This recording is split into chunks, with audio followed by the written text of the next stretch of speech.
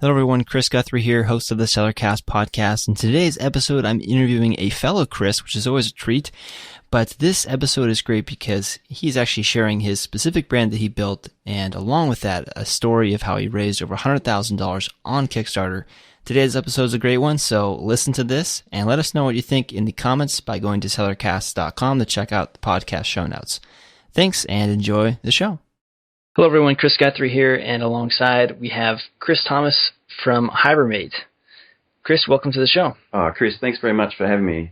Yeah, so I know you've been using SalesBacker since June 2015 for the Amazon side of your business, but I also know you have some components of, you did a Kickstarter, you have your own e-commerce store, and before we actually get into that Kickstarter project and some of the successes and challenges that you experienced with that, can you tell us a little bit more about your company and what it is you sell and why you started to sell it? Sure. I'll try and keep it as short as I can.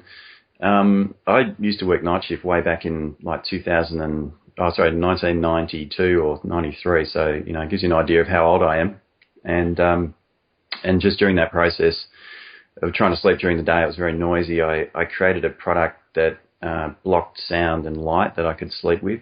And so roll around to about the year 2000, and I decided with the internet to try and commercialize the idea. And so I actually have been in business since about 2001, selling an older version of what I have now, which hopefully is a bit more improved on that old version. So that's really the potted history of the business. It just came out of a need that I had personally, and I felt that maybe a lot of other people might have a similar need, so why not create a product to help them?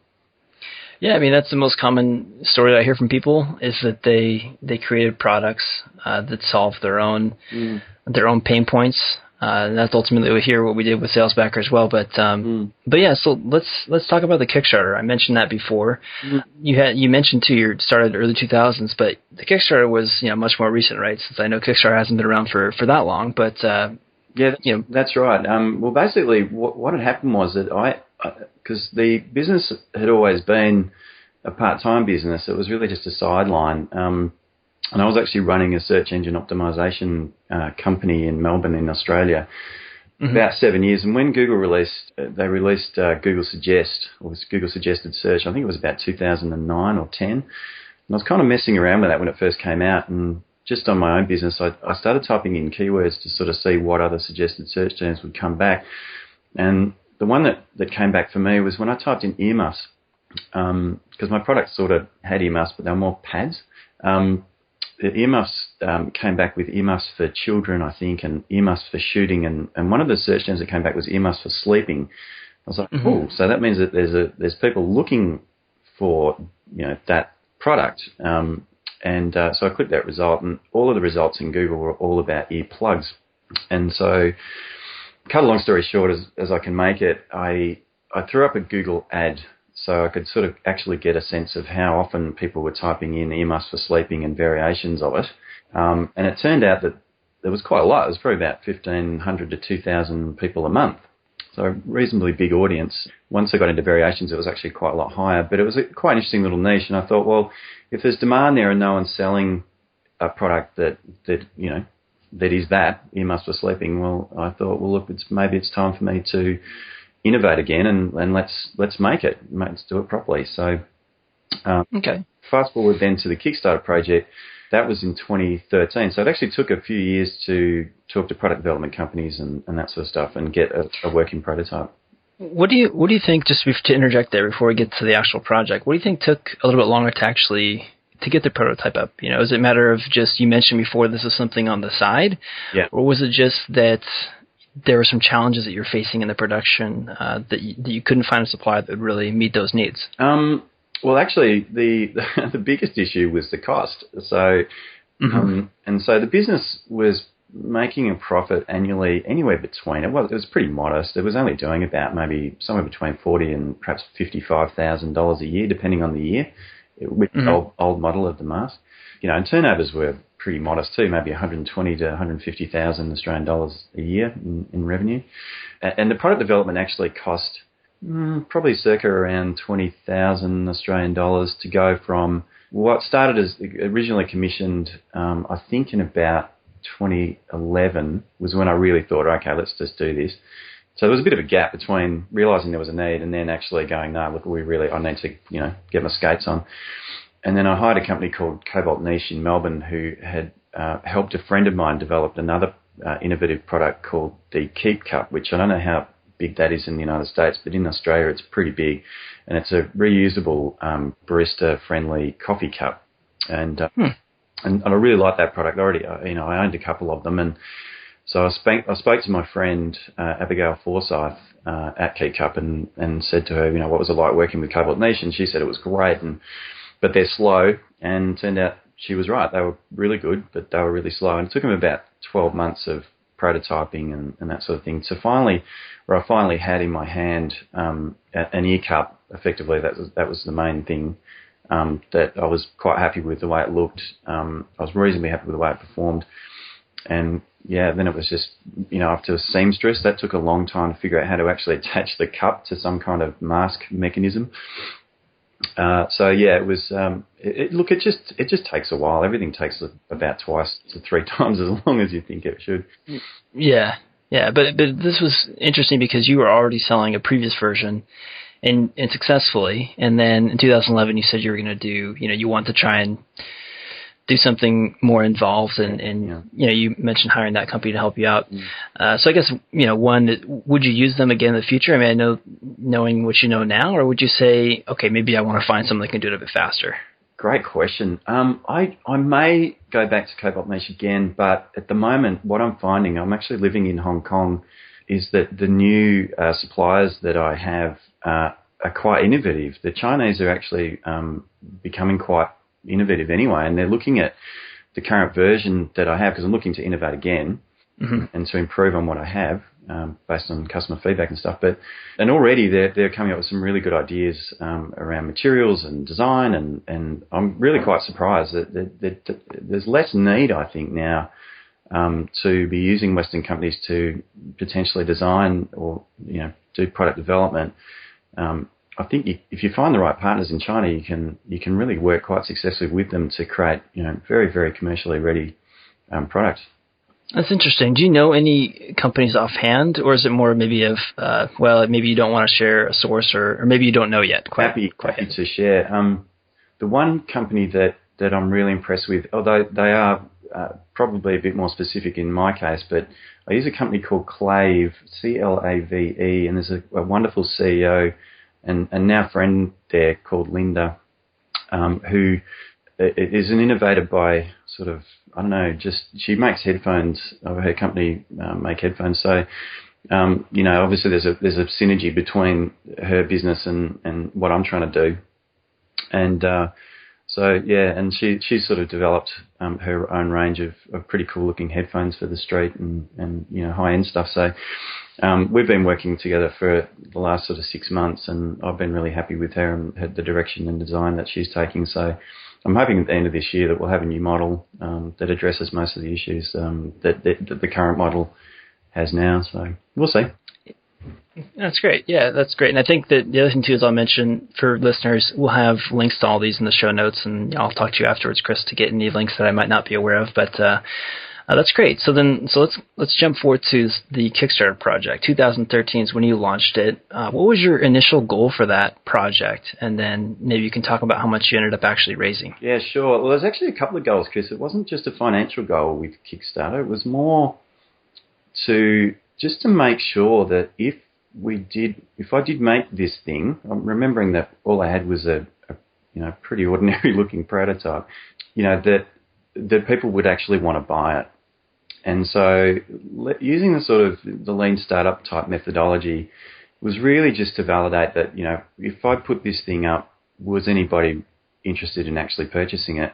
And then, the second objective was to raise some money. But really what we did was put a nominal target of about 10,000 US on that project.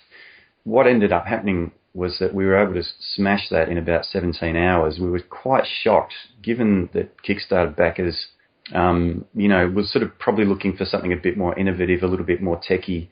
I thought that something, kind of as passive as what this was, wouldn't get a lot of traction. But yeah, it sort of took off, and we ended up really having the tiger by the tail. My friend Dylan and I, who I work with on that project. Yeah, and so where we ended up after about 30 days or so was around about 110. So it wasn't by any stretch a massive, groundbreaking Kickstarter project. But that's still pretty good, though, right? 6 figures off a goal of 10,000, and yeah, I know you mentioned your initial goal was lower than just to see if people were interested, but yeah, that's pretty good, right? It was brilliant. Yeah, I mean, it was like I said, the tiger by the tail I wasn't kidding. I mean, there's a lot. It's a really very busy period, very stressful period. But yeah, it was a really exciting time, definitely. So what are some of the stresses? You mentioned kind of the tiger by the tail, and so clearly there were some challenges with that success, which is always the kind of the darker side of success most people don't hear about. You read about Kickstarters in any other example, they raise a lot of money, but then it's like they got to go out and make the thing, right? So you have all this money that you've raised during this time. Now you've got to go out and make it and deal with all the backers that are presumably giving you a hard time and everything. Yeah. Can you talk a bit about some of those challenges and how you dealt with them? Yeah, look, I'll do my best. Well, first of all, what you don't see when a Kickstarter campaign really gets cracking is just the amount of private messages that you're receiving all the time from backers. So there's obviously a lot of public stuff that you can see on the campaign page, all the comments, obviously the pledges that are going on, but there are lots of people that figure out how to contact you in different ways. There are lots of folks that are wanting to become a supplier to you or want to, there's just a lot of input. Dozens of questions coming in a day.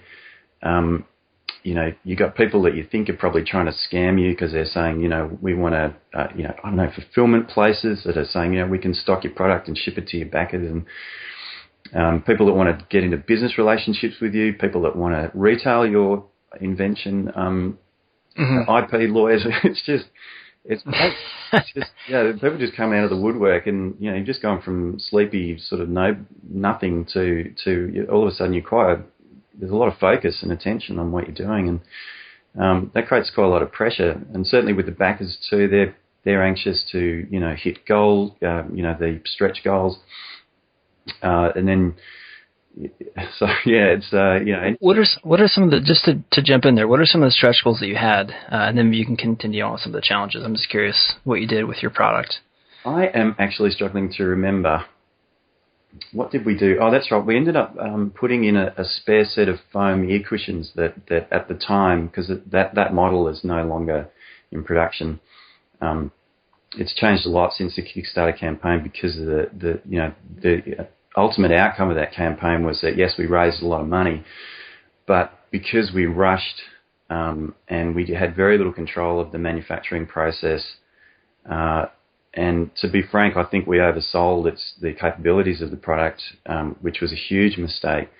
Yeah, we made a bit of a rod for our own back, but what it meant was that when we shipped, I wasn't very proud of the initial version that we shipped out to backers, and I think there was quite a vocal group of maybe 50 or 60 backers out of the 2,200 that we had that really got stuck into us after the campaign had finished. So when they received their items, so yeah, we had a lot of work to do. I wonder if that's just a typical thing of early adopters, right? I know I bought a desk off Kickstarter. Actually, stand desk was what it was called. And, it was $600 or so. But, I was tired of sitting all day at my desk. And I know I was sending emails, but not necessarily being too difficult, I suppose. But I guess it's just interesting that it's something you don't think about, right? That there's going to be so much communication and that, early adopters in general, maybe because they're taking a risk or just because they're on Kickstarter as opposed to just waiting for the finished thing and buying it on Amazon, a few years or months or wherever it might be later when you bring it there. Yeah. There's going to be some extra challenges. I think. Okay, so go I think a lot of backers really expect, a world-class, finished product like a Pebble watch or something.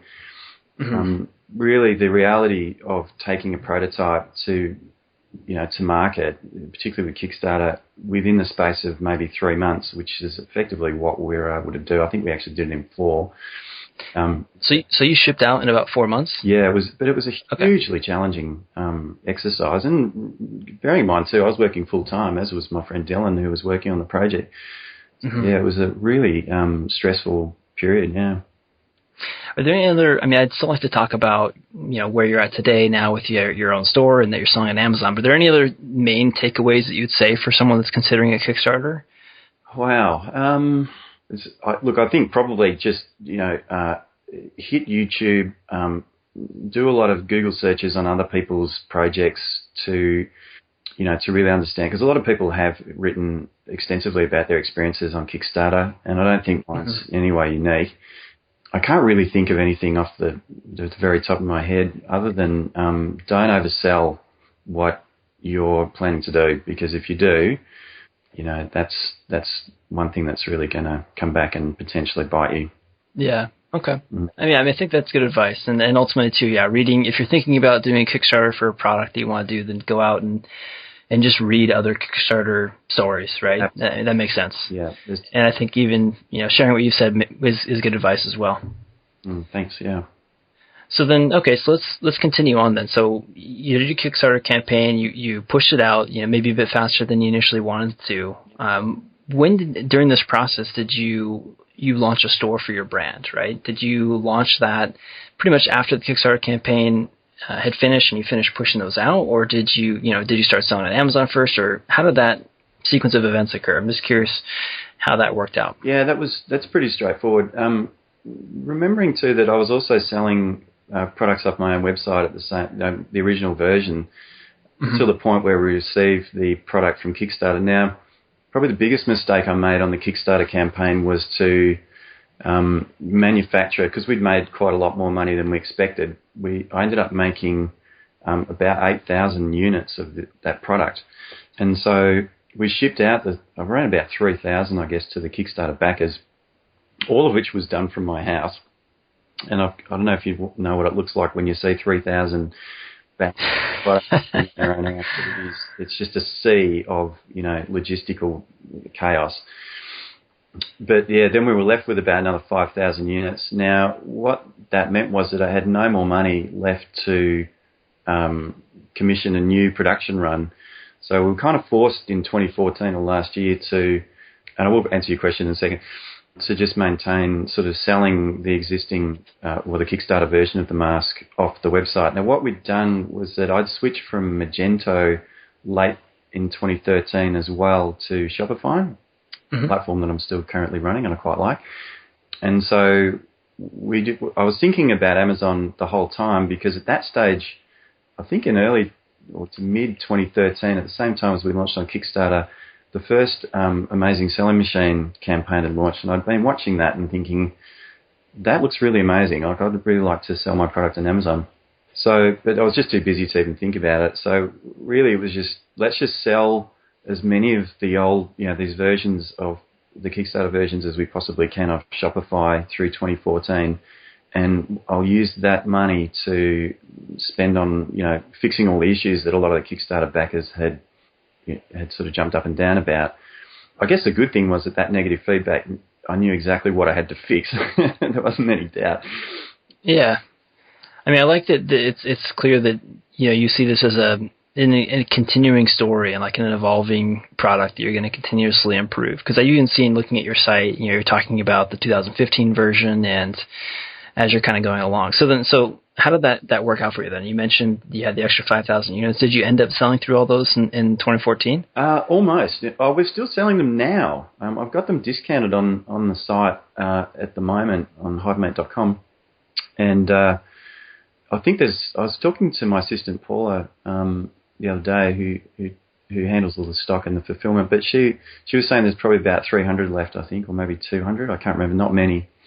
But yeah, through 2014. So there was a few other relationships that I managed to build during that time, where I was able to get some additional help to modify the ear cups, because they were way too thin. They didn't block enough sound. So we made some minor tweaks to the ear cups to thicken them up a bit, and also ditched the sort of foam that we were using. We're trying to use like a sound suppressing foam, but it wasn't very good. So we just improved the packaging and the mask itself and the ear cushions and the cups. Basically everything was updated through that time. And that then arrived at the warehouses in my assistant's place in Australia. I think it was January of this year. So we had another 6,000 units of those. I was planning through the second half of last year towards the end of 2015 to have them shipped, a batch of them. I think it was about 2,400 units got shipped to Amazon. So we were live on Amazon, I think about March in 2015. Okay. March. So that's not too long ago then, No. when we're recording this. And so how's it been going now when you're running both platforms? I think your story is a little bit more unique than some of the people that will be listening, because a lot of them start just on Amazon and then they're looking at shifting and doing their own store eventually. But how have the sales split been for you? I know that on your site you do income reports, which is it's definitely more unique to sellers out there. But it's something you like sharing as a part of your story. So can you share the split, maybe just since you started selling on Amazon and just that more recent time period? Yeah, sure. I'm actually on vacation at the minute in Australia. I haven't had a lot of time to update the site, so it's actually a little bit out of date, when we're recording this. But yeah, look, it's actually split pretty much 50-50, although it has certainly in May and June of 2015 and into July 2015, Amazon's really quietened down. And I'm not sure whether that's, we've had some not as kind reviews of the newer version that we're selling on Amazon. So our review ratings have dropped a little bit. It's hard to say, but my feeling is it's probably seasonal at the moment. So the website is actually performing quite strongly. We're probably doing about maybe 600 to 800 Australian dollars a day off the main site. And then on Amazon, we're probably doing, I think last time I looked, like yesterday, we did about 5 units for about 250 or closer to 300. Okay. But yeah, it's probably the main website at the moment is doing about double. It'd be interesting just to see how that pans out over the next few months, yeah. Yeah, but collectively low 5 figures per month. And you mentioned this was still something that are you still doing this on the side, or is just now you're shifting into doing this your full-time thing? That's another great question. What I'm hoping to do, it's not ready to support me at all, the business. At the moment, I'm definitely in a growth phase again. It feels like I've been doing this for years. So what I'm doing is I'm plowing every single cent of profit back into, first of all, paying down a little bit of debt that the company racked up when we made the last batch of 6,000. I think we've got another maybe 20,000 Australian dollars to pay back. That'll take maybe another month and a half, maybe 2 months, depending on what happens.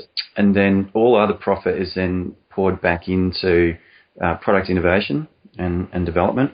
And I'm hoping that I won't have to do this again. Yeah, that's going to be my next question was, you sound like a lot of innovation and changes, yeah. But when will it be just done? I'm using air quotes, but since we're audio, you can't see. Yeah, that's fine. I'm all on the air quote side of thing. I don't know, Chris, it's also a big passion of mine. I actually really enjoy working with designers and innovating and coming up with new ways that we can improve things. So I think a lot less of the revenue will be going into product development and more will be coming out. And my goal in 2016 is to basically have the company at a position where it will be able to support me financially and the family a little bit as well. But at the moment, to answer your question, I've been extremely fortunate in that the reason why we moved to Hong Kong was because my wife took a role in Hong Kong with a large Australian telecommunication company, and she's paid quite well, and so I've actually become what's known as a trailing spouse there, which means that I kind of look after the children and take care of the house and run Hibernate and the little company and Amazon and all that sort of stuff. So very, very lucky individual. Yeah, that's great. I think that ultimately, if you look at anyone's desires for building business, a lot of times it's spending more time with family. So if you're able to do that while at the same time as watching your family, then that's awesome. It's been brilliant. Just can't thank my lucky stars enough, to be honest. Yeah. So then, another thing I'm curious about, because I'm sure that people are thinking this and wanting me to ask it, is how are you actually getting traffic to your store, and how are you generating these sales? Is it just kind of a byproduct of the success of your Kickstarter and maybe the press and just the people talking about your product and just kind of that carrying you through to today, or is it something else that you're doing that's creating that success that you're seeing on your store, which I believe you said was 600 to 800 Australian dollars a day? Yeah, that sounds about right. Probably, yeah, that's exactly right. Okay, so there's probably three main channels that I'm using, and there's one that I should use more, and I don't. But anyway, I'll talk about that in a minute. The main thing is SEO. So I mentioned at the beginning of the interview that I used to run a search engine optimization company. So what I've tried to do is really own the phrase earmuffs for sleeping and sleeping earmuffs and all that sort of the kind of keywords that live around that theme. So a search on Google, a search on Bing, a search on Yahoo, or same search engine actually, even a search on Amazon, like I just really want to absolutely own and dominate that vertical. So that's the first thing. So that drives, as I mentioned, quite a lot of traffic through to the site and quite a bit through to Amazon now. I think the Amazon product page is also starting to rank organically at Google and other search engines because of the optimization I've done there, subtle keyword stuff. So before you get to the other two, just to interject, what you're doing to rank in Google, are you doing a lot of link building, or is there some other stuff that you're doing from a search perspective? We don't have to dive in too deep because we don't have as much time. But whole topic on its own, isn't it? Yeah, maybe we'll have to do another episode on that. But yeah, go ahead. No, look, it's keyword optimization. And look, really, I was a bit slack. I just took the About Us page on my website and just optimized that and just used those keywords all through it. And then I built some internal links. Remembering that the site has actually been around since 2001, so it actually just has a lot of inherent authority. Okay, yeah, that's true. For 14 or 15 years. So that really helps. But yeah, definitely the Kickstarter campaign also generated a lot of links and referral traffic too. And that's definitely really helped the sort of the PageRank authority and traffic around that theme. So you just sort of own a theme, and notwithstanding the fact too that I also SEO'd the Kickstarter campaign page. So that nice. that ranks really well. And then there's links from that campaign page which ranks organically at Google that drives traffic back to the site. So I was pretty strategic, I hope, around the way that I sort of structured that whole campaign. Understanding that you can't actually change the Kickstarter campaign page the second that the Kickstarter campaign ends. So, we sort of I kind of set up redirects and all sorts of other little fancy things on those links so that I can point them wherever I want to. In fact, what I could do is actually redirect some of those links, just thinking out loud. Sorry, Chris. Was the Amazon product page, rather than my info on it. That's cool because as far as I understand it, with Kickstarter, once the campaign is done, you can't really do anything to that campaign page. So if you're able to use links that you can redirect later, then there's a way to sort of keep it up to date, right? That was my plan, yeah. So that's a brilliant tip right there. I like that. Yeah. So you just create a 301 redirect, from your vanity URL or something, yeah. Okay. Yeah. Okay. So let's continue. So the other two things, you had SEO for your site, and then what are the two elements? And then the other two is just paid advertising. So there's a bit of what's called Google retargeting and occasionally Facebook retargeting as well from the site. So I drop a lot of cookies out onto visitors' browsers, and then I'll follow up with ads that they'll see and sort of chase them around. The creepy, stalky ads. They're pretty effective. So then I've got brand campaigns and product keyword campaigns. So if anybody is sort of typing in, earmuffs for sleeping, all that sort of stuff, I've got ads that show up, I think on Bing and Google. I mean, I have to ask these questions because I have no shame. So what would you say your budget is for those? Yeah, if you're able to share it. Oh, sure. I know people want to know, so that's why I have to ask. I think I spend about $400, which would probably be about $350 to $400 a month. And then do you know roughly how much that generates in sales? Absolutely. That's where my analytics is so important to set up your Google Analytics to understand your return on investment. I'm not going to spend that money if I'm not going to make a lot more back. We'd be generating probably around about sort of $3,000 to $3,500, probably 10 times what we spend on Google we get back in revenue, yeah.